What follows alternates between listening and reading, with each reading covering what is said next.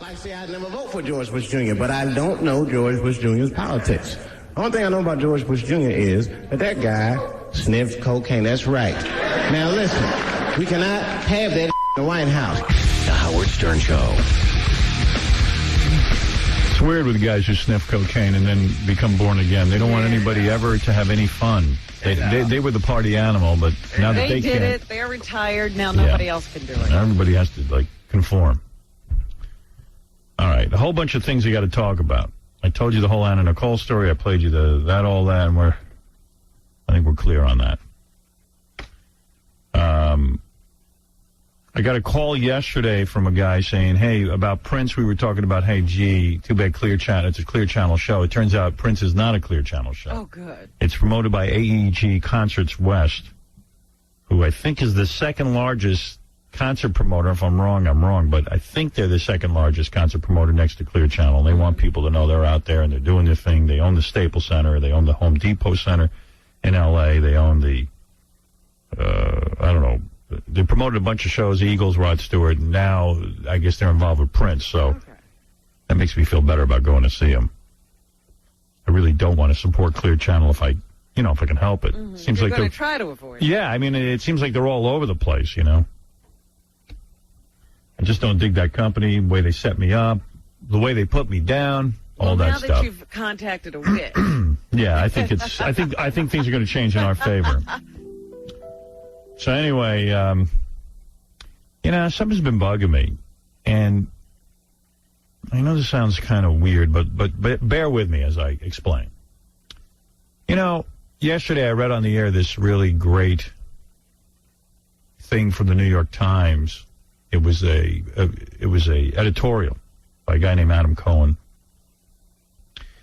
and he said, I'm not a fan of Howard Stern. But, we support his right to do the kind of radio because, you can't hide behind this thing with kids and all this other stuff. Well, he said if you're going to defend free speech, it means defending Howard Stern. And it was great and everything, and I was pleased. And then it occurred to me, as I was sitting and thinking about that last night, I've become so accustomed to every story and every sort of supportive thing ever written about me in my career. And I've become accustomed to a little beating I have to take each time. And it occurs to me I've become immune to it, that I don't even get insulted anymore. You're like a battered wife. Yeah, I'm such a battered wife that I don't even realize anymore that I'm being battered. I think any sign of kindness is a great sign. And I guess what bothers me about the New York Times piece, and I appreciate them coming out for free speech, but it's like these dudes, even Adam Cohen, they feel compelled to, bash me over the head with a frying pan 500 times and then go, but I support his right to free speech. And then they rub it and say, but it's okay. Yeah, it's sort of like the ACLU defending the Klan, the American Civil Liberties Union. They kind of always go, we hate the Klan, we hate what they're doing, but we have to defend them. And I admire them saying that about the Klan, but I kind of, I'm reading this Adam Cohen piece and I'm saying to myself, why does it not bother me that these guys, and you read the thing and it's like, we support Howard Stern's right to free speech, but let me tell you about what a disgusting ass he is, how unfunny he is. He does just potty humor. First of all, I know he's disgusting. Yeah, I mean, and I don't listen to him, but I know he's disgusting. And I'm sitting there going, gee, no, isn't this a rousing endorsement? Right. We got a call from Mayor Giuliani's office. Oh, yeah? I guess he was interviewed about me, and he wanted me to know that he not only did the interview, but said some really glowing things about me.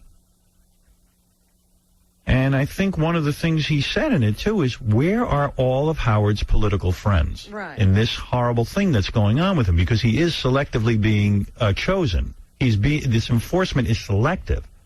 They're not going after Oprah. We still haven't seen that. They're not going after other radio shows. They're not going after Bono, even though they say the F word is wrong. They're not going after Ryan Seacrest, who works for Clear Channel. Clear Channel has just filed, and I'll read it to you later, a thing begging, sucking up to the FCC, saying, please don't find Elliot in the morning on Washington, D.C. station, because We fired Howard Stern already, and we fired Bubba the Love Sponge. So can't you please let this slide? We've got new rules. And stop sucking up, Clear Channel, and begging. It's embarrassing to the industry. Take your lumps, you A-wipes. That's what you do. Not only take your lumps, but stand up for your right. Right. You can't have it both ways. Oh, please, can you overlook Elliot in the morning? Oh, great massa. We know you hate Howard, but you don't hate Elliot, do you? Yeah. Well, Elliot's done his share of ripping off Howard's act, and guess what? Elliot's got to be fined. And you got to fire him because you have a zero-tolerance policy, don't you? You creeps. So, I got to tell you, it's really nice that the New York Times endorses free speech, but it is kind of sickening to see the cowardly sort of notion that you have to go, oh, he's sickening and disgusting. Don't worry, we haven't lost our minds here. It's almost like I'm going to hold my nose while I defend it.